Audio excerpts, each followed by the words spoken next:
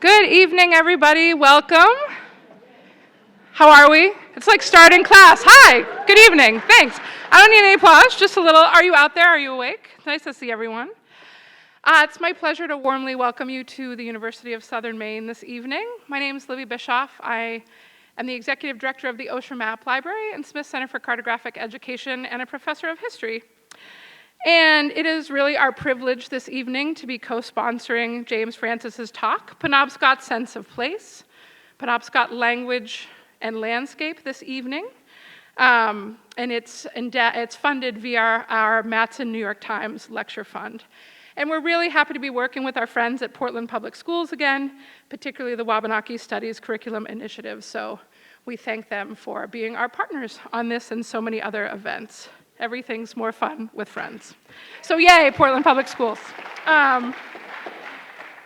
James's talk is part of a larger series of talks we've been sponsoring this year on history and place from Indigenous perspectives. Maps for hundreds of years, as you might imagine, have served as tangible symbols of colonization and dispossession of land. And tonight's lecture on Wabanaki origins of geographic place names in Maine is especially relevant to the decolonizing work that's necessary in any 21st century map library and educational institution at that. So we invite you to come back and join us in March. On March 21st, we open our bicentennial exhibition, Mapping Maine, the Land and Its Peoples, which reckons with many of these issues. And so you can see them kind of play out on the maps. And it will be up through October 10th, so you have plenty of time to see it. I want to give a special shout out to Fiona Hopper, because I don't think she gets it. Oh, see, you got a lot of fans, Fiona, who is the social studies lead teacher and Wabanaki studies coordinator at Portland Public Schools, who is so very helpful in co-organizing these events with us.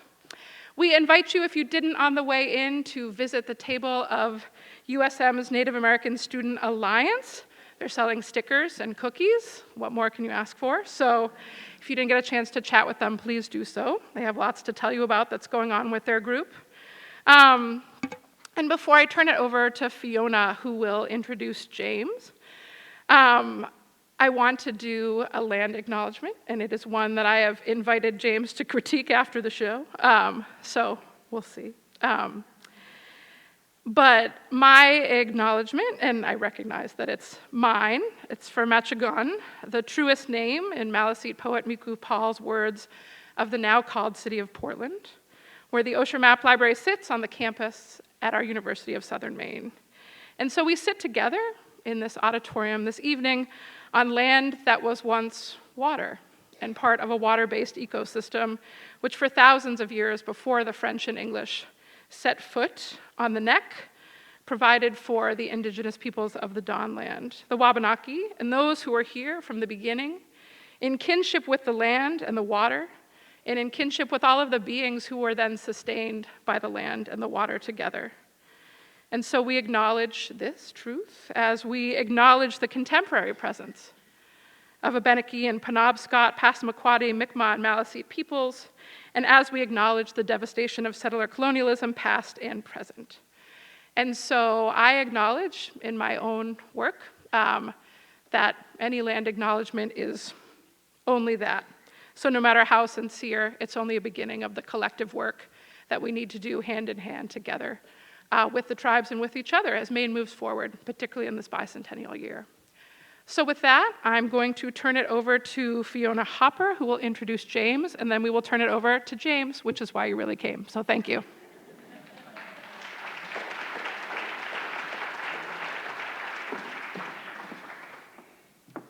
Welcome, everyone. I'm so glad to see so many familiar faces tonight. It's my great pleasure to introduce James Francis this evening. I first introduced James 4 years ago when he came to speak to a group of Portland teachers taking a class that I was co-teaching at the time. I depended a little too heavily on Google and perhaps my own imagination and got a few things wrong. My introduction included a description of James' military service that made him sound as if he'd been a flight commander / surgeon simultaneously, leading battalions and bandaging wounds, all at high altitude. This James Bond-like representation has been a running joke between us ever since. especially because I've since managed to repeat those errors several times, thinking I had edited the previous year's introduction. So tonight, in front of this large crowd, is my opportunity to finally redeem myself. So I'd like to share a brief story to illustrate both James's skill as a teacher and to hopefully set up my fellow white folks and educators to get the most out of this evening's talk. Sometimes my people are a little slow on the uptake, so I'm going to help you all out. About a year and a half ago, during the first few days in my role as the Wabanaki Studies Coordinator for the Portland Public Schools, I drove up to see James. No doubt he had heard the anxiety in my voice when I called him the week before to tell him that this new position was official. I wanted to talk to him about what an accurate, respectful, and well-done Wabanaki Studies program would look like. The truth is, I was completely overwhelmed, and the well-trained, highly colonized, perfectionist white girl in me just wanted him to tell me what to do. In answer to my questions, James told me a story of how he teaches children at Indian Island School about the relationship between the Penobscot people, the river, and the ecosystem. He had told me this story several times, and I knew enough to know that it was important, that it was probably offering some answers to my questions, but I didn't know enough to know how.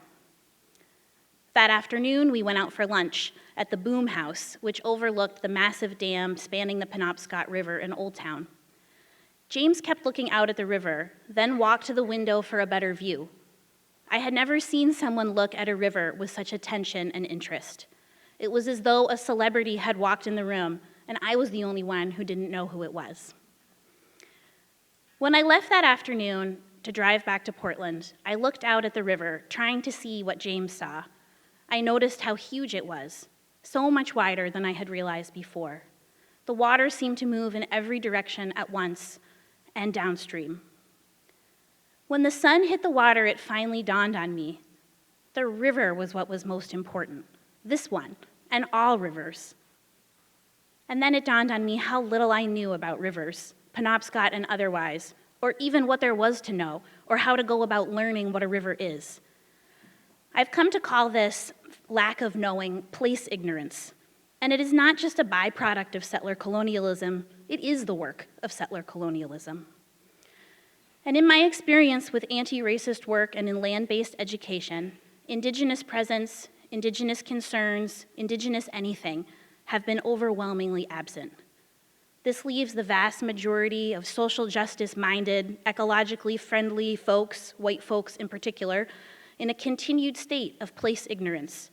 And it is the work of James Francis and other Indigenous scholars, teachers, leaders, and thinkers who continue to shed light on this most fundamental violence of settler colonialism, the elimination of place knowledge. As we enter into a year of bicentennial celebrations, all things Maine will be everywhere.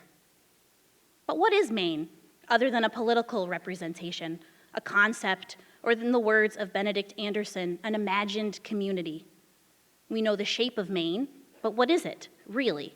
Or the name of Maine, what does it mean? In the name is a story of recent human history, of warring colonial powers, natural resources to control, profits to be made, but nothing about the place itself, the ecosystem, the relationship between resources and people, between people and place. Tonight, you, like me, will not be handed answers. You'll be offered information to make sense of in your own way. In the world of teaching, we call this best practice, and we aspire to it. In Indigenous communities, I've come to understand, this is just how things are done. And if you're a non-Indigenous person like me, then you'll have to work for it. You have to listen, you have to pay attention, and you have to open to the idea that you know much less than you think you do. And though James may not be the military superhero Google and I depicted him as so many years ago, he, like a commander pilot surgeon, is a man of diverse talents, energy, and tremendous creativity. He puts together historical, cultural, linguistic, and natural resource knowledge, making accessible a worldview that sees this place in relational terms rather than transactional terms. He schools in a literacy that gets scant attention in dominant culture, the literacy of place. Please join me in welcoming historian, language revitalizer, visual artist, filmmaker, writer, cartographer, comedian connoisseur, advocate, guide, leader, storyteller, teacher, and my friend, James Eric Francis Sr.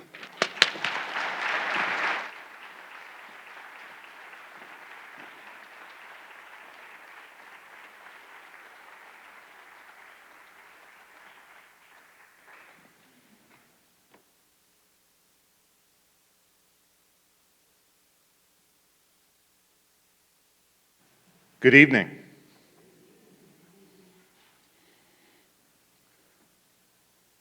When are you going to come down? When are you going to land? I should have stayed on the farm. I should have listened to my old man. Anybody recognize that? Yeah. It's a song by Elton John, Goodbye Yellow Brick Road. You ever had one of those songs that when you hear it, it kind of transports you back in time to that place or that person or that first kiss?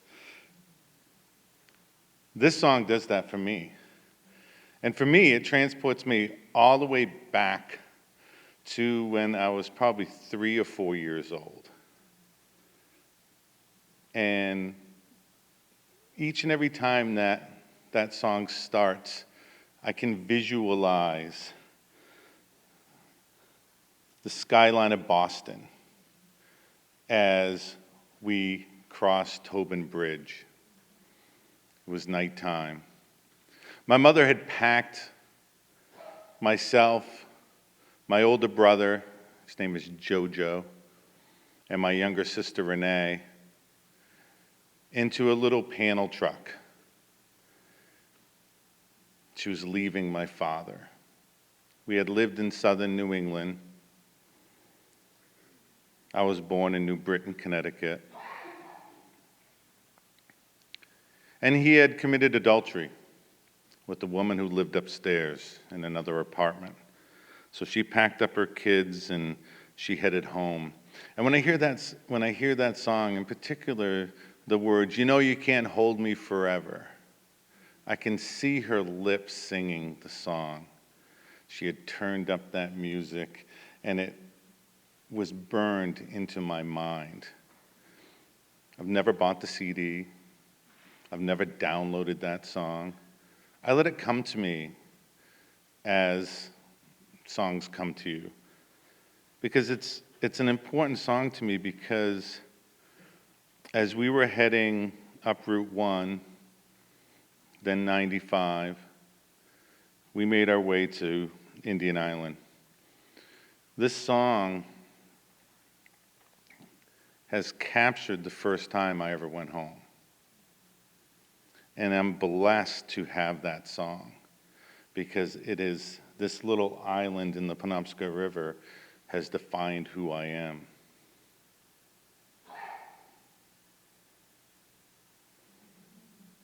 That's my mom. And as we pulled into the driveway that next morning of my grandmother's house, and she's in the car too, you can see her in the corner. That's where we would live for many years until my mom got her own house. So I grew up in a house with a single mother, a brother, a sister, and a grandmother. And I was blessed to have that. Now there's a little irony to this story, because that little panel van that she packed us up into and we headed north in was actually a Mayflower moving van. And so to go to an Indian reservation, there's a fair bit of irony.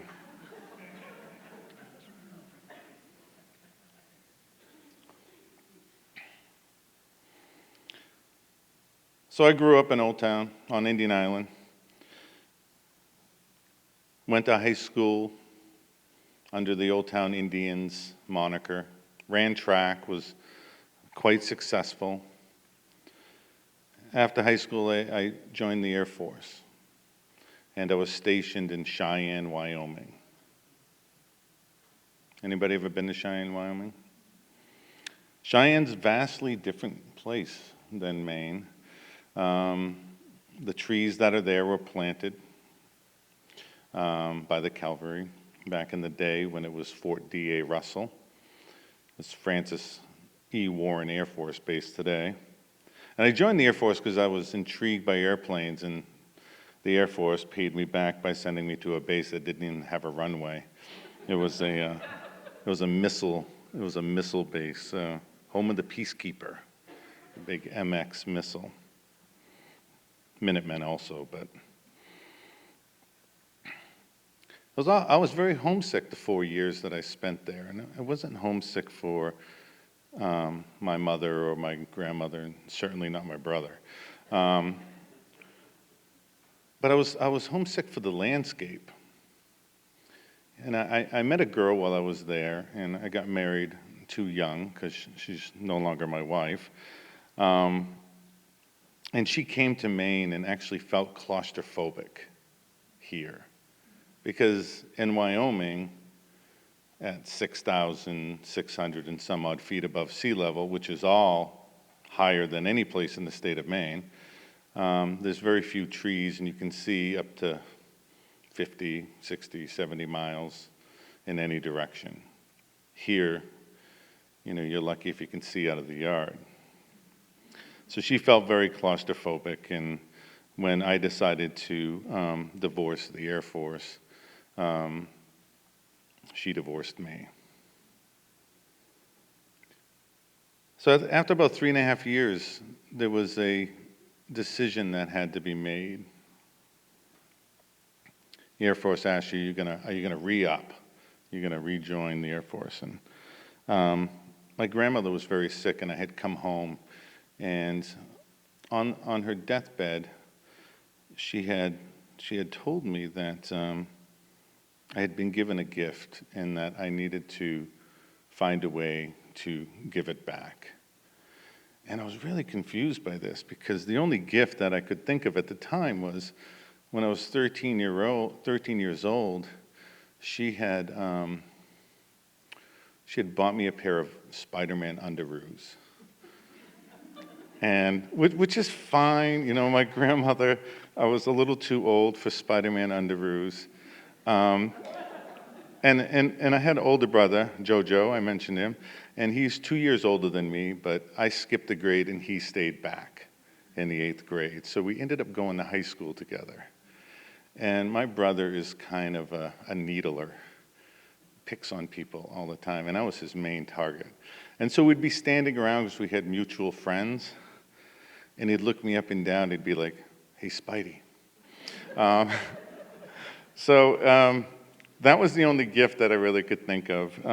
But in retrospect, later, I realized that when I was 10 years old, I had knocked on the door of an elder's house and asked her what the sign "Wounded Knee" meant on her. That was affixed to her house. And she invited me in, and I spent some time with this elder over the years, learning language and stories, and she really fostered my desire for wanting to know history. And so that was the gift that she was talking about, not the underoos.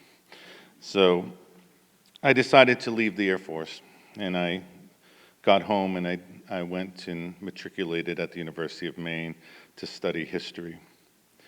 And one of the first things I did was to take Native American Studies classes. And we learned about the Trail of Tears, the forcible removal of the Cherokee Nation from their homeland to some alien landscape. And I say alien landscape because it was foreign to them. And I thought about my time in Cheyenne and how different that was and how out of place I felt. And I had a lot of admiration for the Cherokee people because they survived. They survived in that new landscape. How did they know where the best water was? How did they know those red berries were edible? They had generation upon generation of knowledge in their homeland. So as I was walking across the campus of the University of Maine, I looked at this pine tree and something hit me. We, as Penobscot people, have never been removed from our homeland. That pine tree is a descendant of the same pine trees my ancestors dealt with. Here I am, 22 years old, and it was the most profound thing that ever happened. It changed the way I looked at the world, particularly my homeland. I went back down over the hill. I went to see my advisors and changed everything. I took geology classes of Maine, geography. I took everything I possibly could that related to this state so I could understand this place more, so I could understand how my ancestors lived. This is when I was really introduced to somebody who, in my community, was considered a racist, Henry David Thoreau. You get to about page 6 of the Maine Woods, and you hear a description of my community, of Indian Island, which isn't very nice. Oh, the church, that's Rome's doing. In fact, he concludes the thing by the description of my community by saying that he would rather had seen a row of wigwam and someone burning at the stake than what he saw. Needless to say, not a lot of Penobscot people get past page 6 before they kind of cast this aside. I stuck with it a little longer and realized that Henry David Thoreau grew up in Concord, Mass., the son of a pencil maker, and his eyes were always to the ground as he walked the paths between towns, and he was looking for relics. He was looking for stones. He even knew if Farmer Brown was plowing his field in the fall, that's the first place he'd go to in the spring, because the thaw would reveal all these lithics from Native Americans. And the Peabody Museum at Harvard has a vast collection of what he collected. And when he came to Maine, he was disappointed because he saw the church. He saw ramshackled houses. He saw the scars of colonialism in our community. And that's what he disliked, because he expected to find what he called a noble savage. He wanted to find relics of people who were untouched by the civilization, which he often questioned. He comes in here in 1846, 1853, and 1857. In 46, he tries to hire a guide, but it doesn't work out. He tries to hire Louis Neptune, who helped climb Katahdin for the first geological survey. But he gets impatient and he leaves the rendezvous town of Mattawamkeag before Louis Neptune gets there and decides to go upriver with a bunch of logmen who he felt blessed to have with him. 1853, he hires Joseph Atzian, and in 1857, he hires Joe Poulos. Joseph Atzian is probably the most, well, he's my favorite. He's my favorite Penobscot historical figure because he embodies so much. He was born on Christmas Day in 1829. And we're a very Christian Catholic community. We've had Christianity in our community. We had black robes back in the 1600s. I grew up in a school with nuns. It wasn't until 1989 that there wasn't a nun running our school on Indian Island. Joseph Atkins was our first elected chief ever, a system that was imposed by the state. Now, Joseph's father, John Atkins, was the chief, and he's actually considered our last hereditary chief. But I make the argument that Joseph Atkins is our last hereditary chief because upon his death, John Atkins' chiefship would have been passed to his son, which was Joseph Atkins. But he was our first elected chief. And Joseph dies. He dies a hero in Maine history. He dies in a place called Grand Pitch on the west branch of the Penobscot, a place not far from Millinocket. When a paddler would paddle north on the west branch, they would get to a place called Shad Pond, and then they would hang a right and go up Millinocket Stream, about a half mile, and then they would take their canoes out of the water and take a portage across to a place called Quakish Lake. And the reason why they did this is because there's kind of a gorge in the river that has a lot of pitches. Pitches aren't falls. They are falls. They're extreme falls. Growing up canoeing, I was always told that you run falls and you portage pitches. That pitches are to be gone around. You don't run them. So Grand Pitch was in this gorge, which was avoided. But in 1870, on the 4th of July, when Joseph Atkins died, they were running logs down the river, and you can't portage logs across a path, so you have to run them down the river. And there was a skeleton crew because many people were in Bangor for the Independence Day celebrations, as it was 4th of July, and an inexperienced boatman in the front of the boat made a mistake. The boat struck a rock sideways, and the river started to tear the bateau apart. The last anyone saw Joseph Atkins alive, he was up to his knees in water, trying to save men who were clinging to the boat. He was the only one to lose his life on that day. They say that they hung his logging boots on a pine knot adjacent to where they pulled his body out at Shad Pond below the gorge. Some say they're still hanging there today. I've never gone to look. In 1857, Thoreau hired Joe Poulos. He had hired Atkins from the streets of Bangor. He had met him in Bangor.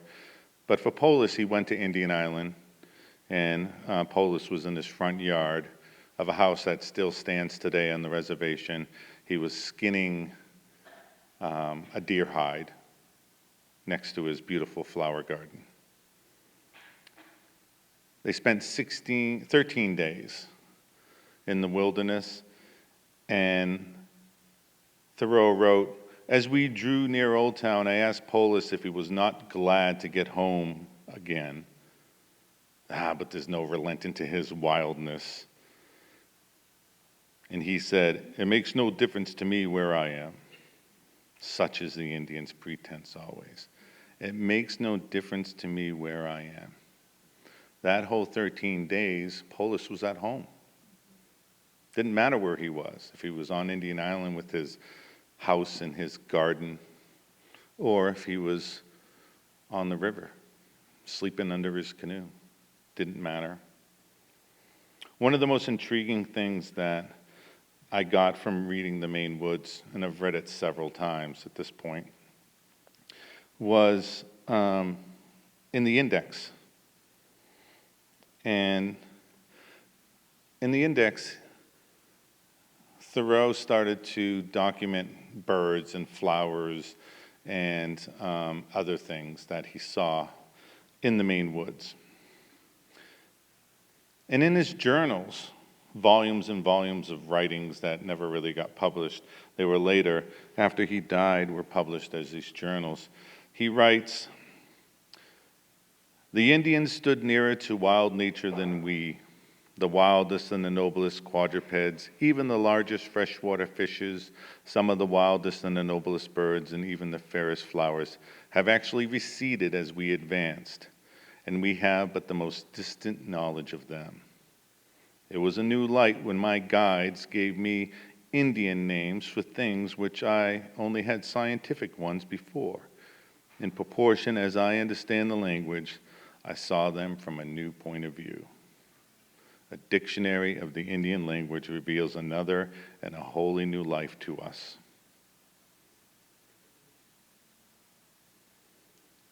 You know, the elder that had Wounded Knee written on her house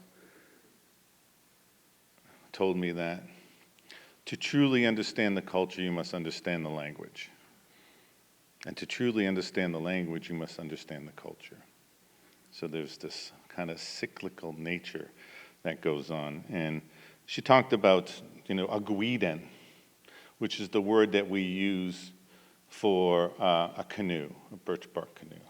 And it doesn't just mean canoe, it actually translates into that which floats lightly. Tells you something about the character, the nature of that boat. Especially considering its predecessor was a big, clunky dugout canoe, heavy. And also, a birch bark canoe, being light, is something you could just put over your head and walk through the woods on many portages. So all this conveyed in this one name just really shows the beauty of the language. And as I started to study maps and look at old writings, I ran into Fanny Hardy Ekstrom's book from 1943 on Indian place names in the Penobscot River and the coast of Maine. She writes, "The day is past when our Indian names were the butt of foolish laughter, to be distorted, mutilated, displaced by trivial appellations. All Indian place names had a local pertinency. In recovering the meaning and the correct form of the names, we enlarge our horizon and make home a more romantic place to live in. These old names are the colored curtains which hang beside the windows through which we look back into beginnings of humans living here.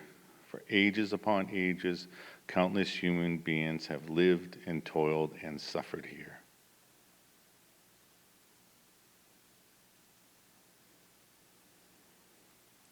And here in Maine, they're all over the place, these place names. And as we start to kind of examine what these place names are and how we interpret these, that cultural piece keeps coming up. And I was in a language conference out west in Minnesota, which was a blend of Algonkian speakers, which Penobscot language is a part of that larger family, but also from the Dakotas, those people. So this language conference was very mixed. Somebody said, Tatanka Wiyus, and I knew Tatanka was a buffalo, and I knew, because they spoke in both languages, Tatanka Wiyus, and Wiyus is meat, so it was buffalo meat. But there was this kind of talk about there's a predictability to language, that the more you understand culture, you can almost predict language. Now, there's a little game that I like to play here, if you're all up for it. It involves a little bit of math, but I think we can get through it. No one shout out the answers, keep them to yourself. I want you to pick a number between 2 and 9. Multiply that number by 9. You should end up with a 2-digit number. Add those 2 digits together. Once you get that number, subtract 5. All right? Now, for each number that you get, there's a corresponding letter. A is with 1, B is with 2, C3, D4, E5, all the way to Z26. So take that number and that corresponding letter, and with that letter, think of a country that begins with that letter. With the last letter of that country, think of an animal. And with the last letter of that animal, think of a color. So you should have 3 things: country, an animal, and a color. So I want a show of hands. How many people have orange kangaroos from Denmark?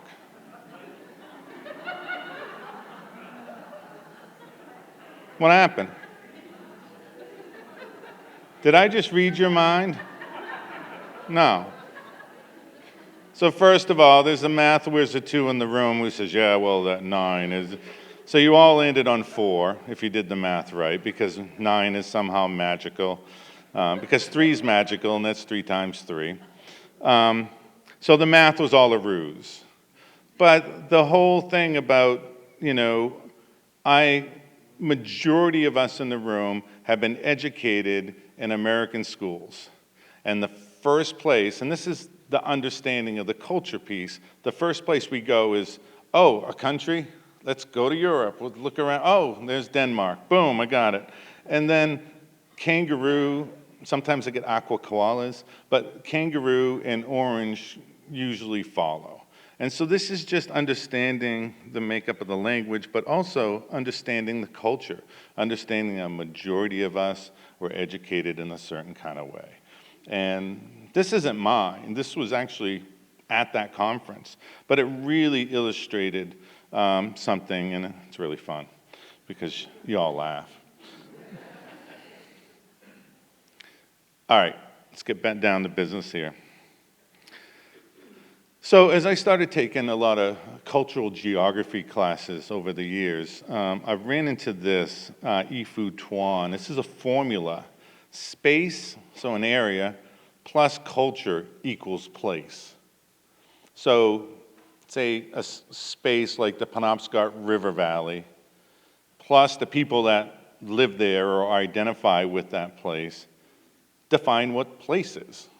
It's how we interpret what's going on. So given that this is a formula, I quickly realized that we can play with this, that we can supplant the culture that's there today, the Maine, Western kind of American culture that is there, which is defined by like log driving and pollution, and even in modern times, the cleanup of the river. Penobscot River is one of the most cleaned up rivers, Penobscot River restoration, all of that. That's defining it by a Maine, Eurocentric, Western, ideal kind of culture. What if we took that cultural piece and put Penobscot culture in there, the indigenous people of that place, by understanding culture, the seasonal round, the place names? What does that tell us about what that place is going to be? So this formula allows us to kind of mess with that. What's this? Katahdin, right? And that's how we spell Katahdin in the language. Isn't that right, Connor? So, what does Katahdin mean? Does anybody know? Greatest mountain. Does that make sense? Why?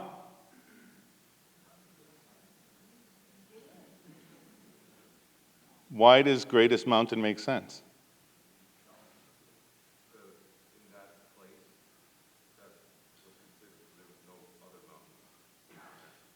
No, this mountain's near it. The answer I often get is, it's the largest in Maine, and which is mixing apples and oranges, because the name Katahdin is a very ancient name. It's been in our culture since time immemorial. Don't even know what Maine is. Don't even know, that shape. And if you take into the landscape into consideration, Mount Washington, which is just across the border, is taller. And besides, if you are walking by Mount Washington one day as an Indigenous person, that's a pretty big mountain, and then a few weeks later you were walking by Katahdin, you wouldn't know which one was higher. I mean, it's really hard. Katahdin wasn't even measured until like 1802, so we knew how high it was. So oftentimes people equate Katahdin being greatest mountain as biggest mountain, as the tallest, and that is not accurate at all. What does it mean? What do we mean by greatest mountain? I don't know. I know we have oral traditions that tell us that Gluskabe, our cultural teacher, subject of many oral stories, after he was done teaching us everything we needed to know, he climbed into his canoe and he paddled north, and this is his lodge. And that his family lives in there, making arrowheads for a war that is yet to come. Is that what makes it great? Maybe. I don't know. All I know is when I go there, when I stood there to take this picture, I could feel it. There's an energy, there's a reverence, there is something about this mountain that no other mountain can do to me personally.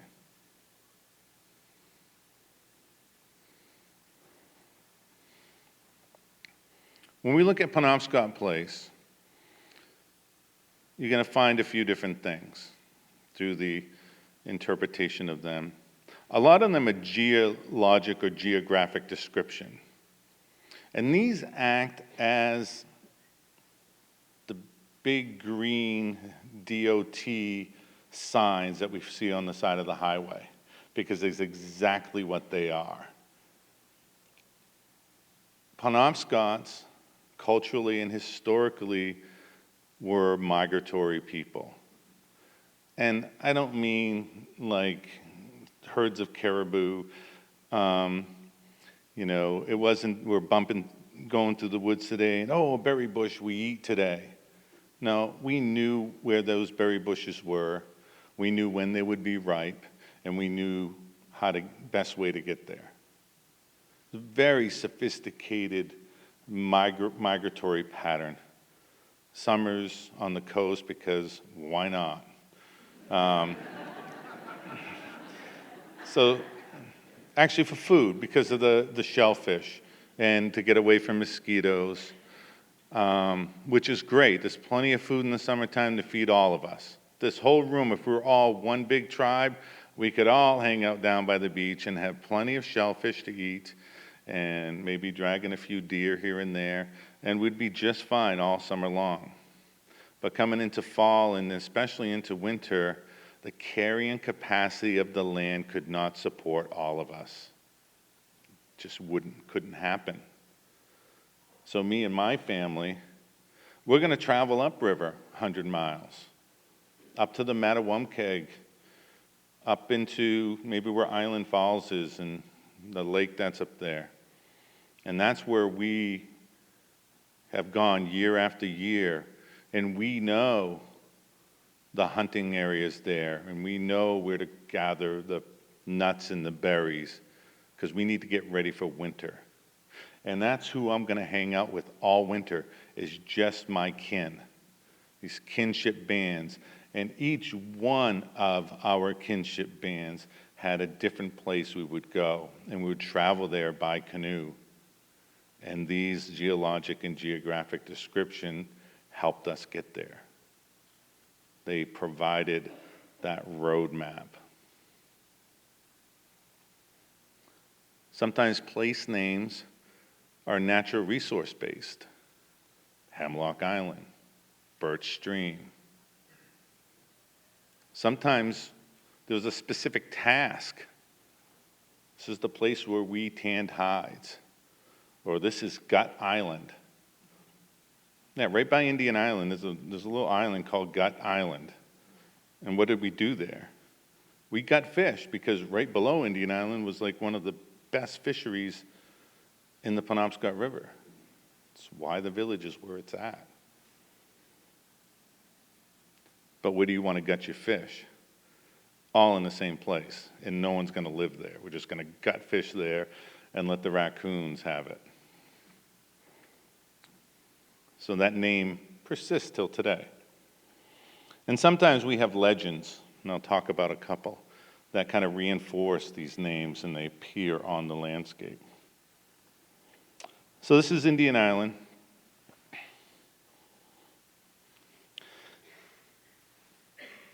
Big Bog Island, French Island. And this island with the airport, this piece of land at the bottom, is also an island, and that's really important. Kind of looks like this. So we're looking at, B and the top of C when we're looking at this. So there's a piece of river kind of between here and here. This piece had a name itself. In Penobscot, we didn't just name the whole river and that was it. Each individual part of the river had a different name because it was about the character of that river in that place. And this place is called Qualbuck something, something, something. It's a big long word, and I had asked Carol Dana what it meant, and she's like, oh, that's in that song. We have a song called the Women and Girls song, and it's called Tutuwas, and the men would bang on a piece of wood, and pine needles would dance around on the wood standing up, and then they would call out commands trying to get the women and girls to dance like the pine needles. So they would tell them to spin or to fall down, and there's all these different commands to the song. And she goes, that's that command to turn and spin. So I had these maps that I've been working on for years, and I wrote it down. And my Uncle Neil, who just passed away about a month ago, he built a house up on Big Bog Island. It's an old railroad grade up there, and he built it right on a pier on the river. Beautiful place. And he used to cross this piece of river, go to the airport, and call my mother, who owned a coffee shop on the reservation, and she'd go pick him up, and he'd come over and drink coffee, and that's where I was. And he saw my map, and he tapped on it. He goes, that makes sense. I was like, how? Because I thought, her interpretation was off. He goes, well, that part of the river, if there's a freshet, a flood, it'll flow to the left and go down this side of the island. And if it's during normal flow, it'll flow the other way. So with this information, I went back and did some more research. And before the dam, there was actually a reversing falls there. And that piece of the river is named. It actually took it back to Carol, and she goes, oh yeah, it means where the river turns back upon itself. And so it's a whole process, and to kind of decode these, and it also takes field work. I would have never realized that river flowed in both directions. Neil, who crossed it regularly, knew that and let me know. Big Bog Island, Kachi Mugawug Menahan. Always wondered about this, because there is a bog on the island, but it's not very big. It's just this thin bog that's adjacent to the old railroad grade, and I always wondered about that. Why did they call that Big Bog Island? And then I realized that this stream, you can see this white line that kind of extends up to the left, which is called Birch Stream, actually goes up into what is called the Elton Bog, one of the largest bogs in the state of Maine. If you've ever gone on I-95 past Old Town, you go right through the middle of it on 95. And that's what this island is pointing out. It's not that island itself. It's actually taking you from a river perspective. Fanny always talked about interpreting place names from an upriver perspective, from a travel perspective. And this is exactly what this does. It's not about the island at all, but the island is something you're going to get to. It's about pointing to that stream that's at the top of that island that'll take you to that great hunting ground, which is that bog. So Big Bog Island doesn't have a big bog on it. It's pointing to the big bog. So over the years, this interpretation has grown and fostered in that way.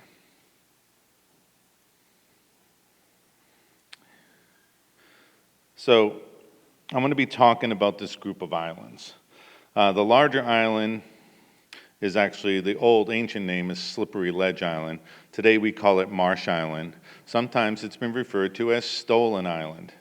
And I won't talk too much about that history, but John Marsh who was a friend to the natives of the time, actually found a way to get the island signed over to him when it was actually tribal territory. But I will be talking about the Stillwater River. So it's kind of very interesting that beginning at this little stream that comes in here, coming down this side, and ending here is a completely different river. It's called the Stillwater River. From where Pushar Stream comes in below Orson Island to where Basin Mills is. It's called the Stillwater River. It's officially called the Stillwater River. And what happened was, in the Treaty of 1818, the treaty stated that the Penobscot Reservation would be all the islands in the Penobscot River from Old Town Island north to Nicketow, which is another island right in Medway, right at the fork. Nicketow means the fork, a fork of two equal weights, the east branch and the west branch of the river to Nicketow. There's an island right there. But there was a lot of argument between the tribe and the state about what Old Town Island was. Was Old Town Island Little Indian Island? Or was it the island that Old Town is on, Marsh Island? So there was a lot of confusion. So all the islands in the Penobscot River. So in the state's infinite wisdom, well, if we take that western channel and call it the Stillwater River, then Marsh Island ceases to become an island in the Penobscot River. Case closed. Slippery Ledge Island is Marsh Island, but yes, slippery, yes, absolutely. And the real kicker is that Stillwater River, that is the ancient name for that part of the river. So they actually took our name for it, and which was something that always confused me.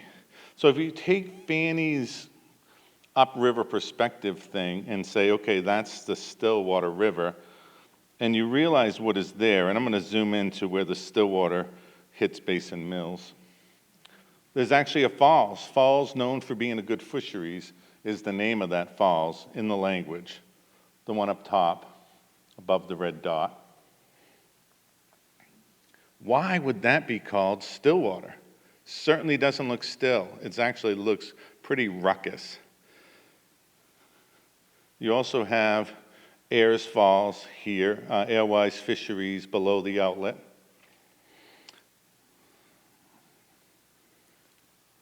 So let's see what's going on between the main stem of the river and the Stillwater River. So as we found out that if you were to try to paddle up the main stem of the river, first of all, you're going around what's called Slippery Ledge Island. And this is called that for a reason. The rocks along the shore of this part of the river are really slippery. And to try to pull up one particular section of this river, which is roughly where the sea is in Penobscot, kind of right in here, is like almost like a horizon line in the river. It's very shallow, and the river kind of goes over a ledge. And to go up something like that, you would pole up it, because you can't paddle up it because the water's too shallow. So you would pole up it, but you couldn't because the rocks were too slippery. And then, as you would go further upriver to where this picture is, you'd get to a bend in the river that was, there's a set of falls there. There was a dam there until just a few years ago at a place called Great Works, what we call Great Works in Old Town. But the ancient name for this was Bad Falls at the site of a bad carry. So another obstacle. And then as you get up to where that island is, next to Stem, there's falls on either side of that are pretty hard to get up. Not to mention the falls between Indian Island and that island, which is the greatest fisheries around, Penobscot. Penobscot's named, that's where you get the name Penobscot from, the description of that set of falls. So, considering that to go up the Stillwater Way, you had one carry, and that carry was known as the easy carry. So you could get, by taking a left, you could actually get above all of that quite easily. It might be a slightly longer paddle, but it was the way to go. And the place names reinforce this, that just below the place name where the river forms a channel, why even identify that if you weren't to take that channel around Ayers Island? Ancient name was Aniquis, which Anthill Island. And at the top of that island was an ancient portage which took you across, right past, this is Orono. This is downtown Orono where this is. If anybody's been to Orono, where Pat's Pizza is right along that portage trail. And what's interesting is after they removed the dam below this place a few years ago, me and my wife were walking the shore below where the river forms a channel, and she found a petroglyph on a rock. And I heard recently that someone found a petroglyph at the top of the carry,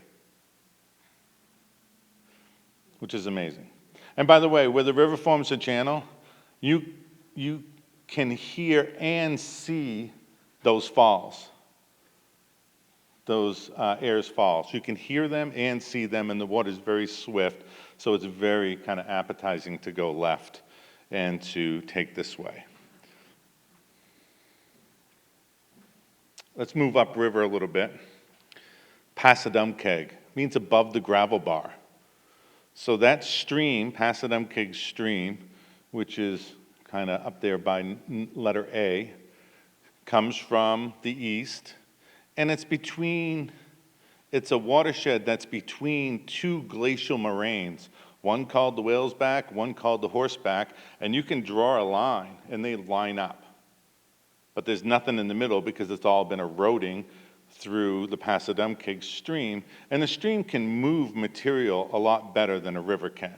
Smaller cross-section, stronger force. It'll move boulders, it'll move gravel, but as soon as it hits the river, it falls out and forms a gravel bar, which stretches all the way from there, all the way down to, past Porcupine Island. And the river's shallow, no one boats in this. We canoe down it all the time, and we see shifting boulders. Some years a boulder's there, some years it's not. It's all kind of a shifting, and it's undeniable, this gravel bar. And so that stream that's above it, above the gravel bar, is very, very identifiable. And thinking culturally about what a gravel bar means, it means good fishing, good place to put a weir. Stick sticks and stones into the gravel, and you can have fishery. Number 5 up there, it's called an okwidgees, or a fish ladder. That was something I took off a map in 1820 when Joseph Treat did a journey up the river. But as you can see that there's all kinds of place names here, named for resources like bear or porcupine in the language. There's an Eagle Island. That kind of number 8, Walum and Menahan, reaches back in time to the red paint, our red paint ancestors. That means Red Clay Island, and there's a red clay stream, red clay quarry stream. So that goes back to red paint. Number 9 So number 9's a tough one. And over the years, I've struggled with this because it means a white devil island. White devil island. And it's always really confused me because I cannot figure out how my ancestors knew who Donald Trump was so long ago. All kidding aside, that is its name. I've used Paula Page, and I've used John Baldacci too when he was in the room, and he told me that that was a good one after. But other Hemlock Stream, Hemlock Island, even Burial Ground Islands. My favorite's Sugar Island, not because we have a cultural tourism program. Some of the Portland school teachers have been to Sugar Island. But the name for Sugar Island has nothing to do, I always thought it was like, oh, there must be a lot of maple trees there. And actually, no, it has to do with the serviceberry bush. And little tiny serviceberries are really sweet, sugar plums. That's what that means, sugar plums. And what's really interesting about that tree, its other name is called shadbush. And it's called shadbush because when it's in its glorious white bloom in early spring is when the shad are running. And for me, that's like this big beacon in the forest telling my ancestors that food is coming, especially after a long winter of no food. So you find these things in the place names all over the place. Blackman Stream, which is in Bradley, Maine today, was called Madamuscontis. Oh, whoa. There's a Madamuscontis up by Lincoln, too. Still called that today. Yeah, they were both known as Madamuscontis. Place names aren't exclusive. They mean plenty of alewives place. So that was more important than saying, oh, you can't name it that. Sure, there's plenty of alewives here, but you can't name it that. So we used to fish by means of spears, weirs, and nets. Bassagassawakeg, which is a Wabanaki word that means we spear sturgeon by torchlight. So it tells you something very specific at that place, what the resource was and how to do it and when to do it at night.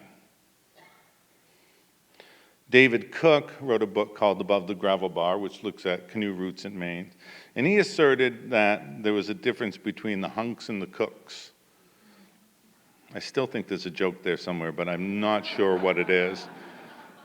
My wife says, no, there's not.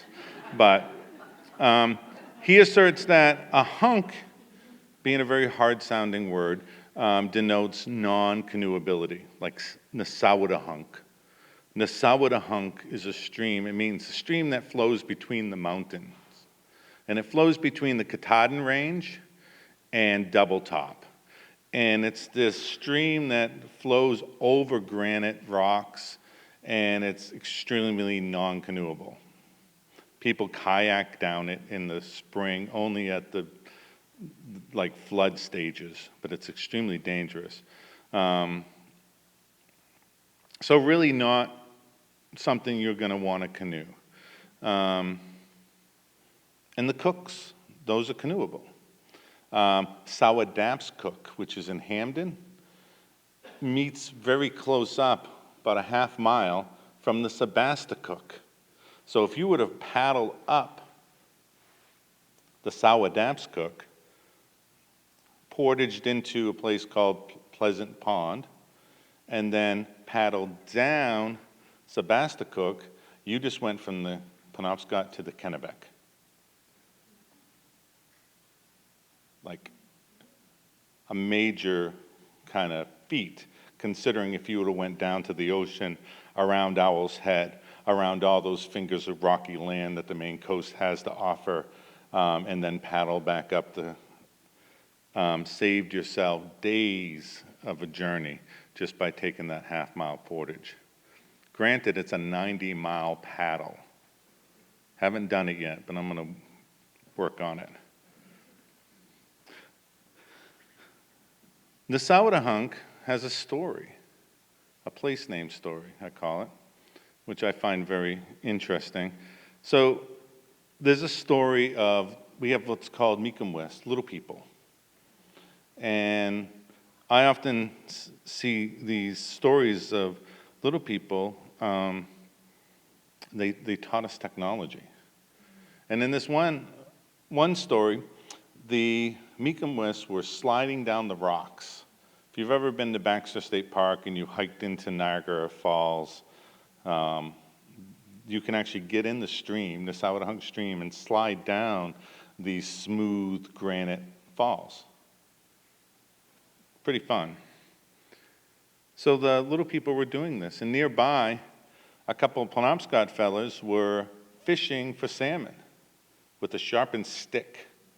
And they would stab the salmon, and they'd try to pull them in, but they were too big, and they would like fall off the stick and just swim away with a puncture wound in their side. So the little people came over, and they taught us how to make a fishing spear that looked like that grabbed the fish after we speared them. Now, I really like this story for a couple reasons. One, it's geolocated. I know exactly where they're talking about. I know exactly where they're talking. And what's really, really cool is that those Penobscot guys were fishing for salmon at a place that we don't see salmon anymore. We haven't seen salmon that far up the river in a long, long time. There's a stream that's above what's called Mattasiunk Dam. Mattasiunk is between Mattawamkeag and Medway. It's a big dam. Tallest dam in the Penobscot River besides Ripogenis Dam. And just above that dam is a stream called Salmon Stream.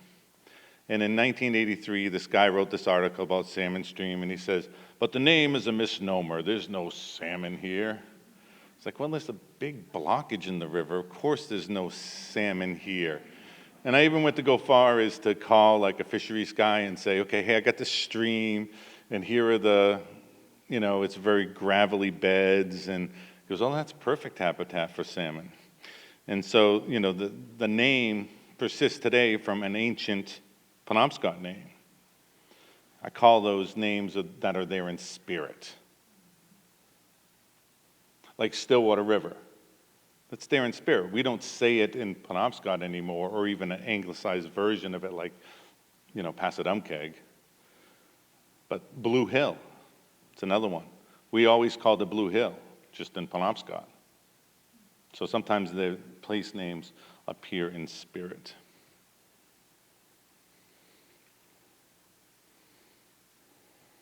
I'm going to close with a story about Gluskop and the moose. So Gluskop was our teacher. He taught us how to do things. And he wanted to teach us how to hunt a moose. And so he got his hunting party together, and they traipsed through the woods, and they came to this very large lake. And up the lake, he sees a cow moose and her calf walk out to the shore to get a drink. So Gluskop bends down and he picks a stone up off the ground. He affixes it to a stick, he notches it, and he shoots the cow moose dead. As the party approached the moose, which was huge, they realized that she had turned to stone. Now, when I first heard this, I was like, wow. And I had just learned about Medusa, with the snakes and all that. And I was like, wow, it's like that. Like a very fantastic story. And, but I realized that she didn't turn into just any stone. She turned into that stone which Gluskop picked up off the ground and affixed to a stick. This moose becomes what we know of today as Mount Kineo. Mount Kineo is one of the largest repositories in the whole Northeast for stone that is perfect for making arrowheads. called kineorhyolite. And that's what this story is telling us. It's not just a fantastic story of this moose turning to stone. It's telling us that that's how you get a moose, by quarrying the belly of the cow moose. Now the calf moose, seeing his mother get turned to stone, got all excited and knocked over a kettle that Gluskop was readying to cook the moose in. And that becomes what we know of today as Kettle Mountain, or it's actually called Little Spencer today, but for many years it was known as Kettle Mountain. Some argue that the town of Cocajo, it's a word that's very close to our word for kettle, Cocajo. And then Gluskop takes off his backpack made of brown ash, and he throws it, and it becomes what we know as Big Spencer Mountain. I've always wondered if that mountain had like a abundance of brown ash, because that's what that was made out of, but I've never been able to find that out. And then he chases this cow moose across the landscape, and this calf moose gets to Penobscot Bay, swims across the bay, and Gluskop jumps with great might. He's got his snowshoes on, he's got his dog in tow, and he jumps over Penobscot Bay, and he lands right at Dice Head, which is right at the southern tip of where Katahdin is. And he was said to land with such force that his snowshoes made imprints in the rocks. And it was from that point that he got the upper hand on the calf moose and shoots it dead.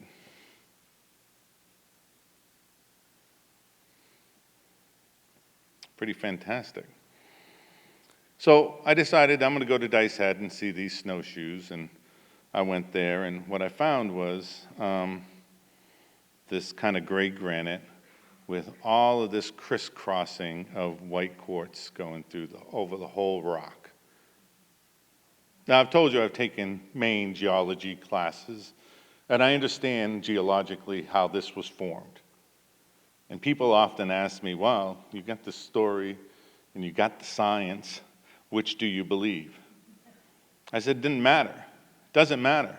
Because when I went down over the stairs there, past the lighthouse, down over the stairs, and I was standing among these rocks, I knew I was in the right place. It was undeniable. Now, were they imperfect shapes of snowshoes? No. But these look like the webbing of snowshoes. And that's all that mattered, is that place was that identifiable. And it was from this point that he shoots the moose, and Cape Rosier, which is a hill nearby, becomes what they call the moose's rump. And it was traditional to take the entrails and throw them to your dog. You never, ever fed your dog hand to mouth. Just wasn't something you did. And you would never feed the moose, the sweet meat of the moose, to the dog, because it was believed that they would lose their inability to track that animal. So they got the entrails. And so Gluskop threw the entrails to the dog, and they landed on the shore of an island, on the shore of Islesboro, what is known as Islesboro today. And when I went out there with Bill Haviland, he's an anthropologist who grew up on Deer Isle, he took me out in a lobster boat, and we pulled out of this cove, and he pointed across the bay 12 miles. He says, you see that white dot over there, 12 miles away? Yeah. He goes, that's where we're going. I thought it was a house, some mansion that he liked. So we headed over there, and as we got closer to it, it was the moose entrails. It's this large quartz rock on the shore. And we could see it from 12 miles away. And then Gluskop threw the liver, and it lands at this place in the bay. And it's unlike all the other rocks in the bay. It's reddish brown, liver color, and it's unlike all the gray rocks that are there. So it stands out.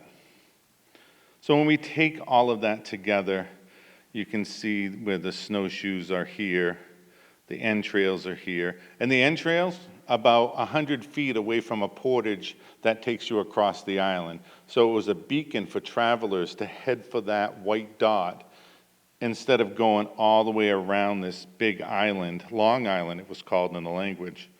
This long island, you could take a shortcut across it by following the white dot. This was the rump. This is the liver. The liver is a perfect place to see what's called the Blind Cove. So all a road map just by killing this one calf moose.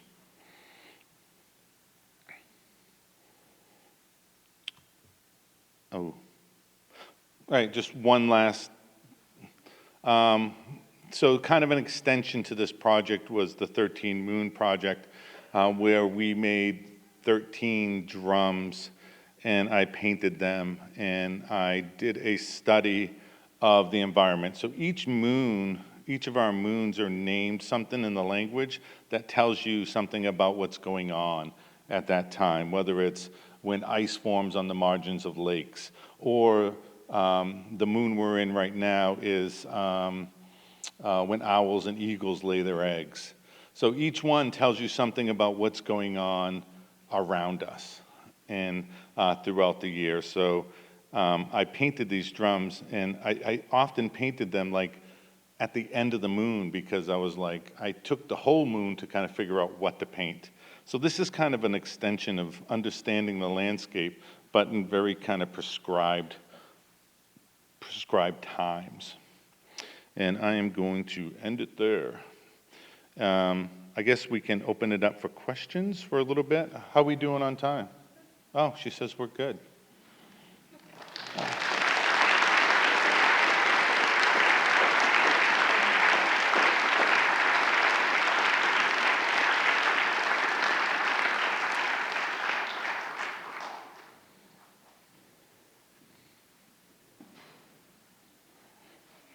So there's some microphones right here. If you don't want to get up to go to the microphone, maybe someone can bring it to you, but well,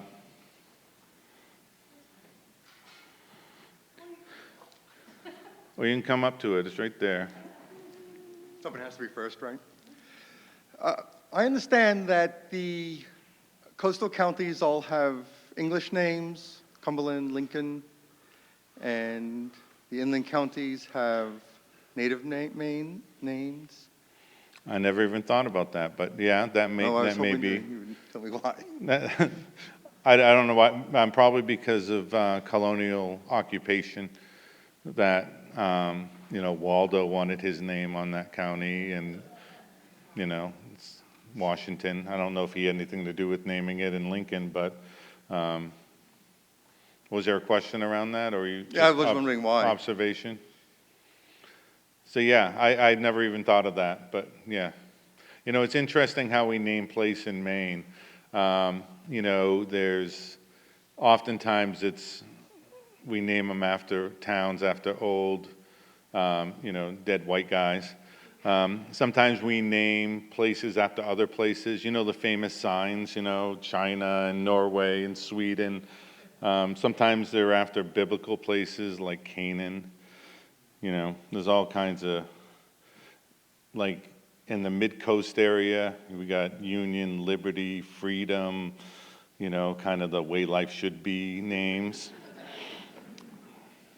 There's even a Maine. I think it's just like one house in Aroostook County at the corner of two roads. But there is a Maine. You can find it on the map. Any other questions? You guys are going to let me off easy. Oh, quick. More cultural question. I'm wondering if you could speak more about the history and influence and effect of Catholicism where you grew up. Wow, yeah. So Catholicism was very damaging from a cultural standpoint. I mean, so very early on, let's say 1604, we get a black robe. Champlain brought him over in our community, and a couple of things happened. One, they start to undermine your traditional leaders, your medicine men, your traditional spiritual, don't do that. And then following that very quickly, within a generation, you have what's called the Great Dying. So 1616 to 1619, you have 75 to 90% of all Native Americans are dying from European diseases. You know, Europe went through the plagues. They lived in big cities next to their animals. They went through all of that. We lived a little more spread out, a little more conducive to the landscape, and didn't have any immunities to those types of things. And then you have your black robe walking around healthy and use that to their advantage. So you get a lot of deathbed conversions, baptisms, and then people who survive attributing it to Catholicism and Christianity. So, you know, very early on, this really takes hold. You know, we got a church in our community, which is one of the longest continuously operating sites of Catholic worship in this country, in Old Town, on Indian Island. It's not the same building, but it's the same continuously operating sites of worship.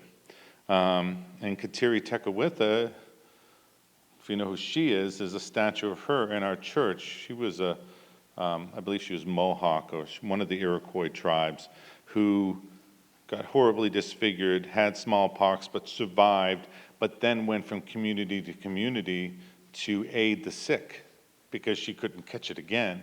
And so she has been now honored by the church and is a saint, I believe. Is that enough? Hi. Hi. Could you help me with this? So I have a presumption about what I imagine has been passed on, passed down, as well as imagining what's been lost. And so my question has to do with whether a word like recovery is appropriate, and whether that's something that's active, or whether that's a kind of a misunderstanding of Native people in Maine and the continuance of their culture. Just what is passed down and what's being recovered, and is there such a thing as recovering? Well, I don't think it's about recovery. It's about what we're holding near and dear to our hearts. It's about what we pass on to our children, and it's about taking the responsibility to learn the language. It's about understanding the culture. It's about sharing our stories. You know, I'm not Roger. I don't say the same stories Roger does, because we're two different people. He was here a few weeks ago. But this is my voice, and this is what I choose to carry on. And for me, it's not about recovering anything. It's about honoring my ancestors and this landscape that they lived in. And it's not about drawing a boundary around this was Penobscot territory, because we can't do that. We don't understand there wasn't that. There was a blending with our neighbors. If we even considered them neighbors, they were just other people, or a part of who we were. And so it's not about a recovery. It's not about that for me. It's about, for me, my gift is about history. It's about knowing those stories. It's about finding tribal voice somewhere in. History's been very disappointing, because there's not a lot of tribal voice in the historic record. This is why I'm more of a geologist, and place names was a way to kind of call out a native voice in the landscape. because it's there, it's still there. And so my gift and my way to perpetuate that knowledge is to share it. And it isn't about recovering that, it is about honoring that. Thanks. You may have already said this, but is there a reason behind the name Penobscot? What does Penobscot mean? So Penobscot is a description of the falls that are in Old Town. And it means place of either the widening rocks or the white rocks. And this whole white rock thing had confused me for a long, long time. Because I always look for the evidence. If I got the name, I look for the evidence. Carol tells this story. We did this place names map a few years ago, and her and the cartographer, Margaret Pierce, who was a native woman from out west, she's Potawatomi, and they went out to this one place where it was talking about the shiny shores, and they spent all day there trying to find this thing, and they went to leave the island that they were on, and they could see in the rearview mirror that the sun was setting, and this beach across the way was just this golden shine, just perfect. We're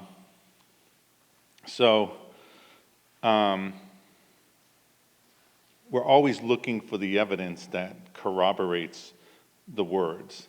And Penobscot always confounded me because was it the white water cascading over the rocks? We didn't know because there's a dam there now. It's like you can't see how my ancestors saw it.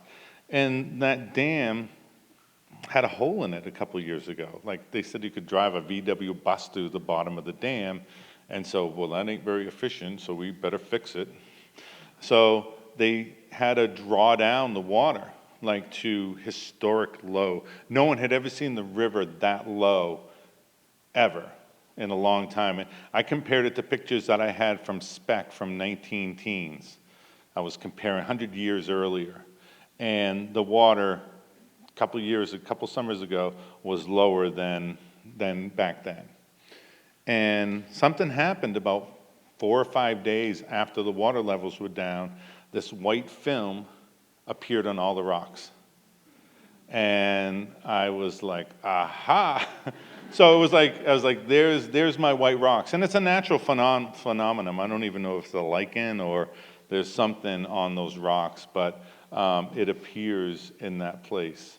And it wasn't until those rocks were taken out from underwater and exposed as they had been historically that they revealed this. So Penobscot is a description of those falls, and it means place of the white rocks or where the rocks widen out, and which is a both ample description of that place.